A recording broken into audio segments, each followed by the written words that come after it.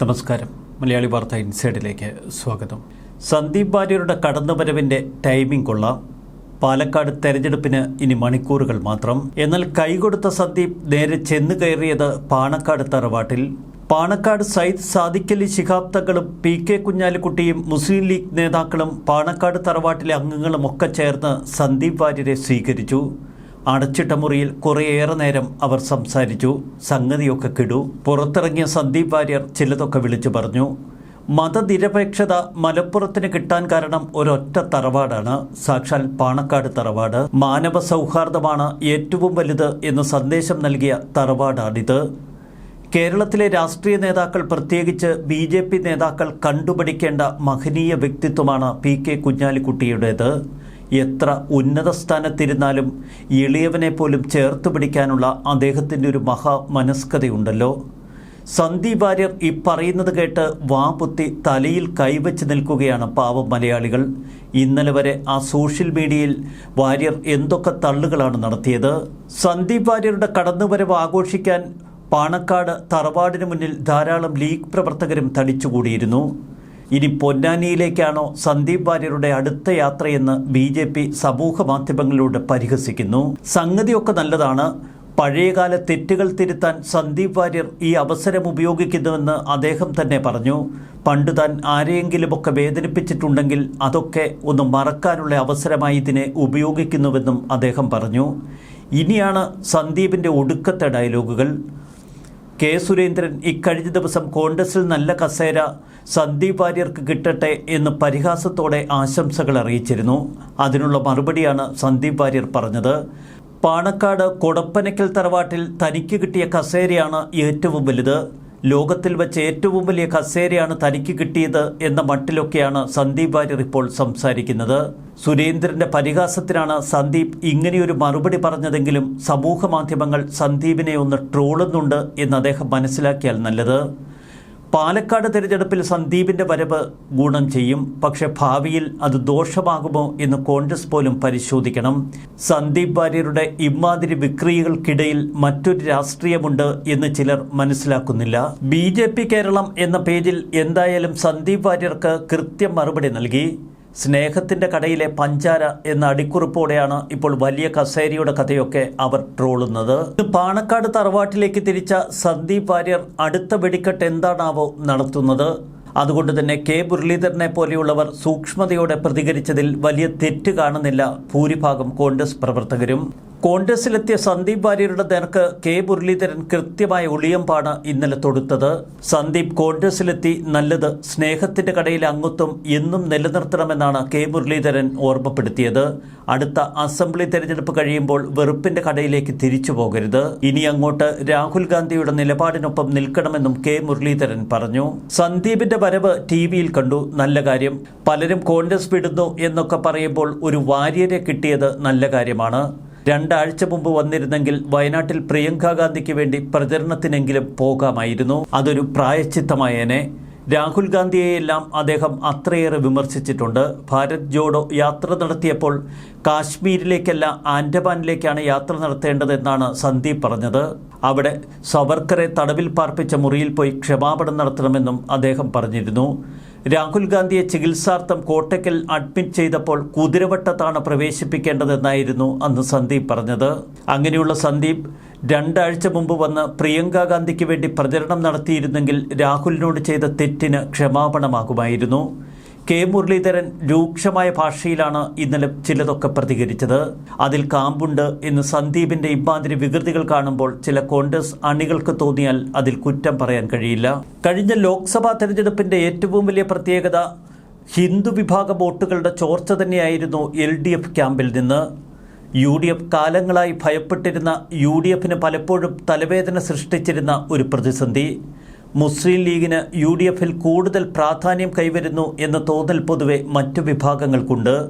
അതുകൊണ്ട് തന്നെ സന്ദീപ് വാര്യർ കടന്നു വന്നതിന് തൊട്ടു പിന്നാലെ എല്ലാം പാണക്കാട് തറവാടാണ്, പി കെ കുഞ്ഞാലിക്കുട്ടിയാണ് UDF എന്നൊക്കെ അദ്ദേഹത്തെ കൊണ്ട് പ്രഖ്യാപിക്കാൻ ശ്രമിക്കുന്നത് വെളുക്കാൻ തേച്ചത് പാണ്ടാകും എന്ന അവസ്ഥയിലെത്തിക്കും. പാലക്കാട് ഒരു വാര്യരെ കൂട്ടിയത് നല്ലത് തന്നെ. അത് പക്ഷേ വോട്ടാക്കി മാറ്റാനുള്ള കഴിവ് കോൺഗ്രസ് പ്രസ്ഥാനത്തിനുണ്ടാകണം, UDF-നുണ്ടാകണം. വരുന്ന നിയമസഭാ തെരഞ്ഞെടുപ്പിൽ കോൺഗ്രസിന്റെ ഏറ്റവും വലിയ വെല്ലുവിളി മുസ്ലിം ലീഗിന്റെ ആ പ്രാധാന്യം തന്നെയാകും. UDF-നെ ലീഗ് വിഴുകുമോ എന്ന സംശയം പൊതുവെ കേരളത്തിനുണ്ട്. അതിനെ ഊട്ടിയുറപ്പിക്കുന്ന പ്രവർത്തനങ്ങൾക്ക് സന്ദീപ് വാര്യരെ പോലെയുള്ളവരെ ഉപയോഗിച്ചാൽ എല്ലാം അടപടലം തിരിയും എന്ന് UDF നേതാക്കൾ ഓർത്താൽ നല്ലത്. പണ്ട് BJP അധ്യക്ഷൻ K. സുരേന്ദ്രൻ ഒരു ഫേസ്ബുക്ക് കുറിപ്പിട്ടു.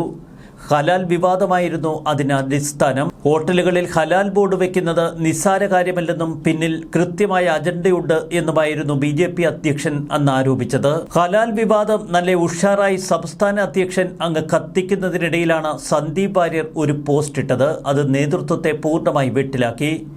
വികാരമല്ല, വിവേകമാണ് ഇത്തരം വിവാദങ്ങളിൽ നയിക്കേണ്ടതെന്നായിരുന്നു സന്ദീപ് സമൂഹ മാധ്യമങ്ങളിൽ കുറിച്ചത്. ഹിന്ദുവിനും മുസ്ലിമിനും പരസ്പരം ഉപരോധം നടത്തി ഈ നാട്ടിൽ ജീവിക്കാൻ കഴിയില്ല. ഒരു സ്ഥാപനം തകർക്കാൻ ഒരു പോസ്റ്റ് മതിയാകും. പക്ഷെ ഒരു സ്ഥാപനം തകർന്നാൽ പട്ടിണിയിലാകുന്നത് അനേകം പേരാണ്. ഇക്കാര്യത്തിൽ സുരേന്ദ്രനും സന്ദീപും തമ്മിൽ അങ്ങോടക്കി. BJP-യിൽ തന്നെ ശക്തമായ എതിർപ്പ്. ഒടുവിൽ പോസ്റ്റ് പിൻവലിച്ച് ഓടേണ്ടി വന്നു സന്ദീപ് വാര്യർക്ക്. പിന്നീട് കിട്ടുന്ന അവസരത്തിലൊക്കെ സുരേന്ദ്രൻ സന്ദീപിനിട്ട് താങ്ങിക്കൊണ്ടിരുന്നു. സന്ദീപ് വാര്യർ തിരിച്ച് സുരേന്ദ്രനും പണി കൊടുത്തു തുടങ്ങി. ഇതോടെയാണ് ചാനൽ ചർച്ചകളിൽ സന്ദീപിന് അപ്രഖ്യാപിത വിലക്ക് അങ്ങ് ഏർപ്പെടുത്തിയത്. ഇതോടെ പോര് അങ്ങ് പാരമ്യത്തിലെത്തി. ഇത്തരം സന്ദർഭങ്ങളിൽ രാഷ്ട്രീയമായി മറ്റൊരു ആശയം പുലർത്തുന്നവരെ ഒന്ന് ശാന്തനാക്കി തങ്ങളുടെ പാളയത്തിലെത്തിക്കാനുള്ള ത്രാണിയൊന്നും K. സുരേന്ദ്രനില്ല. അതിപ്പോൾ നമ്മൾ പണിക്കരെ പോലെയുള്ളവരുടെ കാര്യത്തിൽ കാണുന്നുമുണ്ട്. തുടർന്ന് സന്ദീപ് വാര്യർക്കെതിരെ ഗൗരവമേറിയ ഒട്ടനവധി പരാതികൾ പാർട്ടിക്ക് ലഭിച്ചു എന്ന വാർത്ത അങ്ങ് പരന്നു. സ്ത്രീ വിഷയമടക്കം വ്യക്തിപരമായ വിവാദങ്ങളിലേക്കും സന്ദീപ് വാര്യർ ചെന്നു പതിച്ചു. പിന്നീട് സന്ദീപ് വാര്യരും K. സുരേന്ദ്രനും മാനസികമായി ഏറെ അകന്നിരുന്നു. അതിൻ്റെ പിന്നാമ്പുറക്കഥയാണ് C. കൃഷ്ണകുമാറുമായുള്ള സന്ദീപ് വാര്യരുടെ അകൽച്ച. ഇരുവരും തമ്മിൽ പണ്ടേ തുടങ്ങിയ ഈഗോ ക്ലാഷ്. പാലക്കാട് ആരാണ് വലിയവൻ എന്ന ചോദ്യം ഇരുവർക്കുമിടയിൽ ഉയർന്നു. കൃഷ്ണകുമാറിന് വലിയ വലിയ സ്വപ്നങ്ങളുണ്ട്. മത്സരിക്കണം, ജനപ്രതിനിധിയാകണം, BJP-യുടെ കേരളത്തിലെ ഏറ്റവും ശക്തനായ നേതാവാകണം. എന്നാൽ സന്ദീപ് വാര്യരെ ചവിട്ടി ഒതുക്കിക്കൊണ്ട് പാലക്കാട് കൃഷ്ണകുമാറിൻ്റെ വളർച്ച അത്ര എളുപ്പമല്ലായിരുന്നു. അത് തിരിച്ചറിയാനുള്ള പ്രായോഗിക ബുദ്ധി ഈ പാർട്ടി നേതൃത്വത്തിനുമില്ല. ഗത്യന്തരമില്ലാതെയാണ് ഇക്കഴിഞ്ഞ ലോക്സഭാ തെരഞ്ഞെടുപ്പിന് തൊട്ടു മുൻപ് സന്ദീപ് വാര്യരെ വീണ്ടും അനുനയിപ്പിച്ച് പാർട്ടിയിൽ ശക്തനാക്കാനുള്ള ശ്രമങ്ങൾ തുടർന്നത്. ഇതിനിടയിൽ വീണുകിട്ടിയ പാലക്കാട് ഉപതെരഞ്ഞെടുപ്പ്. സന്ദീപ് വാര്യർക്ക് വലിയ ആഗ്രഹമുണ്ടായിരുന്നു പാലക്കാട് ഉപതെരഞ്ഞെടുപ്പിൽ മത്സരിക്കണമെന്ന്. എന്നാൽ C. കൃഷ്ണകുമാർ അവിടെ നിന്നാൽ കൃഷ്ണകുമാർ തോറ്റുപോകുമെന്ന് സന്ദീപ് വാര്യർ തന്നെ പലരോടും പറഞ്ഞു. ശോഭാ സുരേന്ദ്രൻ മത്സരിച്ചാൽ അവിടെ ജയിക്കും. ശോഭയ്ക്കും സന്ദീപ് വാര്യർക്കും നറുക്കു വീണില്ല. കാരണം K. സുരേന്ദ്രന് താല്പര്യം സാക്ഷാൽ കൃഷ്ണകുമാറിനോടായിരുന്നു. പിന്നീടാണ് തെരഞ്ഞെടുപ്പ് കൺവെൻഷന് കസേര ലഭിക്കാതെ വന്നതും സന്ദീപ് വാര്യർ വീടടച്ച് അകത്തിരുന്നതും ഫോൺ ഓഫ് ചെയ്തതുമായ കഥകൾ. ഒടുവിൽ എല്ലാം വെട്ടിത്തുറന്നു പറഞ്ഞ് സന്ദീപ് വാര്യർ പുറത്തേക്കും നേരെ കോൺഗ്രസിന്റെ കൂടാരത്തിൽ ചെന്ന് കയറി. ആദ്യം SFIയിലൂടെയാണ് ഈ സന്ദീപ് വാര്യർ വളർന്നു വന്നത്. പിന്നീട് BJP-യുടെ വലിയ വക്താവായി. ഒരാൾ പാർട്ടി മാറിയതിനോടൊന്നും പൊതുസമൂഹത്തിന് വലിയ എതിർപ്പുണ്ടാവാൻ സാധ്യതയില്ല. ഓരോരുത്തരുടെയും രാഷ്ട്രീയ കരിയർ തന്നെയാണ് വലുത്. എന്നാൽ അങ്ങോട്ടും ഇങ്ങോട്ടും ചെളിവാരി എറിഞ്ഞ് കൂടുതൽ നികൃഷ്ടനാവാതിരിക്കുന്നതാണ് സന്ദീപിനെ പോലെയുള്ളവർക്ക് നല്ലത്. ഈ ഉപദേശം പല കോണുകളിൽ നിന്നായി ഇപ്പോൾ മുഴങ്ങിക്കേൾക്കുന്നു, പ്രത്യേകിച്ച് സമൂഹ മാധ്യമങ്ങളിൽ. പാണക്കാട് കുടുംബത്തിലേക്ക് പോയതടക്കമുള്ള കോമാളി വേഷങ്ങൾ കെട്ടുന്നത് സന്ദീപിന് ദോഷം ചെയ്യുമെന്ന് ഉപദേശിക്കുന്നവരുണ്ട് സോഷ്യൽ മീഡിയയിൽ. ഒരിക്കൽ കാർക്കിച്ചു തുപ്പിയത് ഇന്ന് അയാൾ തന്നെ തിരിച്ച് നക്കി കുടിക്കുന്നു. നല്ല കാര്യം. രാഷ്ട്രീയമെന്ന ലഹരി, അധികാരമെന്ന ലഹരി, അത് മനുഷ്യനെ എവിടെ കൊണ്ടു ചെന്നെത്തിക്കും എന്നതിൻ്റെ ഏറ്റവും വലിയ ഉദാഹരണമാണ് സന്ദീപ് എന്ന് പരിഹസിക്കുന്നു മറ്റു ചിലർ. കുഞ്ഞാലിക്കുട്ടി നിന്നെ വിളിച്ചുകൊണ്ട് പോയത് മോനെ നിന്റെ മഹത്വം കണ്ടൊന്നുമല്ല. കുഞ്ഞാലിക്കുട്ടിക്കറിയാം BJP-യുടെ മഹത്വവും വളർച്ചയുമൊക്കെ. അതുകൊണ്ട് തന്നെ BJP-ക്കിട്ട് ഒന്ന് പണിയാനുള്ള അവസരം അദ്ദേഹം ഉപയോഗിച്ചതാണ്. അതിൽ പെട്ടുപോയല്ലോട എന്ന് പരിഹസിക്കുന്നവർ മറ്റു ചിലർ. തിരിച്ചറിവാണ് ഒരു മനുഷ്യന് മഹത്വമുണ്ടാക്കുന്നത്. ആ മഹത്വം നിങ്ങൾക്കിനിയും ഉണ്ടാകട്ടെ, നന്മകൾ മാത്രമുണ്ടാകട്ടെ എന്ന് ആശംസിക്കുന്നവരുമുണ്ട്. നല്ല പക്ക കോൺഗ്രസുകാർ.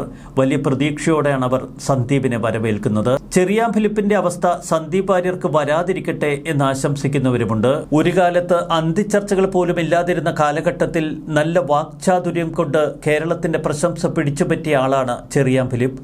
പിന്നീട് ഇടതുപക്ഷ കൂടാരത്തിലേക്ക് പോയ ചെറിയാൻ ഫിലിപ്പിന്റെ രാഷ്ട്രീയ ഭാവി അസ്തമിച്ചു. സുരേന്ദ്രനൊന്നുമല്ല മോനെ BJP-ക്ക് വലുത്. BJP-ക്ക് BJP-യുടേതായ പ്രത്യയശാസ്ത്രമുണ്ട്, ആശയങ്ങളുണ്ട്. നിങ്ങളെപ്പോലുള്ളവർ കുറച്ചുകൂടി ക്ഷമ കാണിക്കണമെന്നായിരുന്നു മറ്റു ചിലരുടെ ഉപദേശം. സന്ദീപ് വാര്യർക്ക് സമൂഹ മാധ്യമങ്ങളിലും ഫോളോവേഴ്സ് വൻതോതിൽ കുറഞ്ഞുകൊണ്ടിരിക്കുന്നു.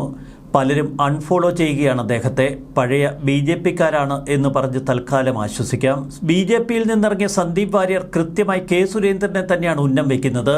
ഇനിയും തനിക്കെതിരെ ആരോപണങ്ങൾ ഉന്നയിച്ചാൽ സുരേന്ദ്രനെ എടുത്തിട്ട് അലക്കി എയറിലാക്കും എന്നൊക്കെ ഇപ്പോൾ സന്ദീപ് വാര്യർ സൂചന നൽകുന്നു. മട്ടാഞ്ചേരി മാഫിയ, വറുത്തമത്തി എന്തൊക്കെയാണാവോ സന്ദീപ് വാര്യർ പണ്ട് പറഞ്ഞിട്ടുള്ളത്. എല്ലാം ഇനിയൊന്ന് മണത്തു നോക്കി തിരിച്ചു വരാൻ ആശംസിക്കുന്ന മറ്റു ചിലരുണ്ട്. മലപ്പുറത്തിന്റെ ഗുണങ്ങൾ തിരിച്ചറിഞ്ഞ് ആ പ്രസ്ഥാനത്തിലേക്ക് മഹത്വം കൂട്ടാനായി ചെന്ന സന്ദീപ് വാര്യരെ മറ്റു ചില ഭാഷ ഉപയോഗിച്ചും ആളുകൾ വിശേഷിപ്പിക്കുന്നുണ്ട്. എന്തായാലും സന്ദീപ് വാര്യർക്ക് വലിയ പരീക്ഷണഘട്ടമാണ് എന്ന് വ്യക്തം. ശാസ്ത്ര സാഹിത്യ പരിഷത്തിന്റെ ക്ലാസുകളിൽ സജീവമായി പങ്കെടുത്ത ഒരു ബാല്യമായിരുന്നു ഈ സന്ദീപിൻ്റേത്. സമര യൗവനകാലത്ത് സന്ദീപ് കറകളഞ്ഞ SFI.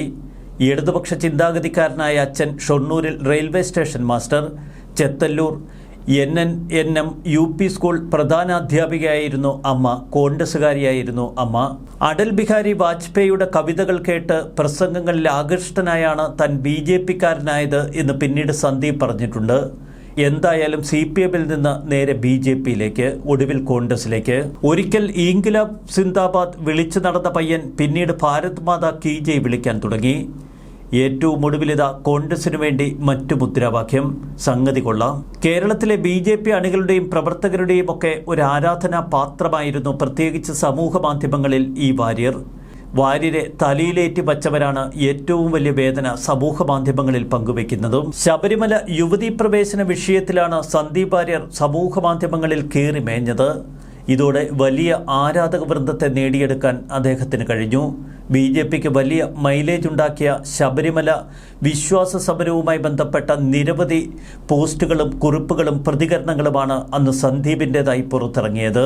ശബരിമല വിശ്വാസ സമരത്തെ തുടർന്ന് BJP-യുടെ മുഖമായി അങ്ങ് സന്ദീപ് വാര്യർ വളർന്നു. രാഷ്ട്രീയത്തിൽ സന്ദീപിൻ്റേത് പെട്ടെന്നുള്ള ഒരു വളർച്ച തന്നെയായിരുന്നു. പാർട്ടിക്കുള്ളിൽ സന്ദീപിൻ്റെ വളർച്ചയിൽ BJP-യിൽ ഒരു വിഭാഗത്തിന് അസഹിഷ്ണുതയുണ്ടായത് സ്വാഭാവികം മാത്രം. 39-ാം വയസ്സിൽ ഷൊർണൂരിൽ നിന്ന് മത്സരിച്ചു. പക്ഷെ വിജയിക്കാനായില്ല. 2020 പാർട്ടിയുടെ സംസ്ഥാന വക്താവായ സന്ദീപ് യുവമോർച്ച പഞ്ചായത്ത് സെക്രട്ടറി, ജില്ലാ വൈസ് പ്രസിഡന്റ്, സംസ്ഥാന സെക്രട്ടറി, BJP ഒറ്റപ്പാലം നിയോജകമണ്ഡലം സെക്രട്ടറി, BJP വ്യൂവേഴ്സ് സെൽ ദേശീയ നിർവാഹക സമിതി അംഗം, ഓൾ ഇന്ത്യ ഹാൻഡ്ലൂം ബോർഡ് അംഗം തുടങ്ങിയ പദവികളിലൊക്കെ പ്രവർത്തിച്ചു. BJP ആവുന്നതെല്ലാം സന്ദീപിന് നൽകിയെന്നാണ് നേതൃത്വം വിശദീകരിക്കുന്നത്. എന്തായാലും കോൺഗ്രസ് അടുത്ത ഒറ്റപ്പാലം നിയമസഭാ സീറ്റ് സന്ദീപിന് നൽകുമെന്നാണ് പുറത്തുവരുന്ന സൂചനകൾ. P. സരിൻ ഒഴിഞ്ഞ ആ സീറ്റ് നേരെ സന്ദീപിന്. എന്താകുമോ സന്ദീപിന്റെ ഭാവി? കാത്തിരുന്ന് കാണാം. കൂടുതൽ വികൃതിത്തരങ്ങളുമായി ആകെ പരിഹാസ്യ കഥാപാത്രമാകാതിരുന്നാൽ നല്ലത്. ന്യൂസ് ഡെസ്ക് മലയാളി വാർത്ത ഇൻസൈഡ്.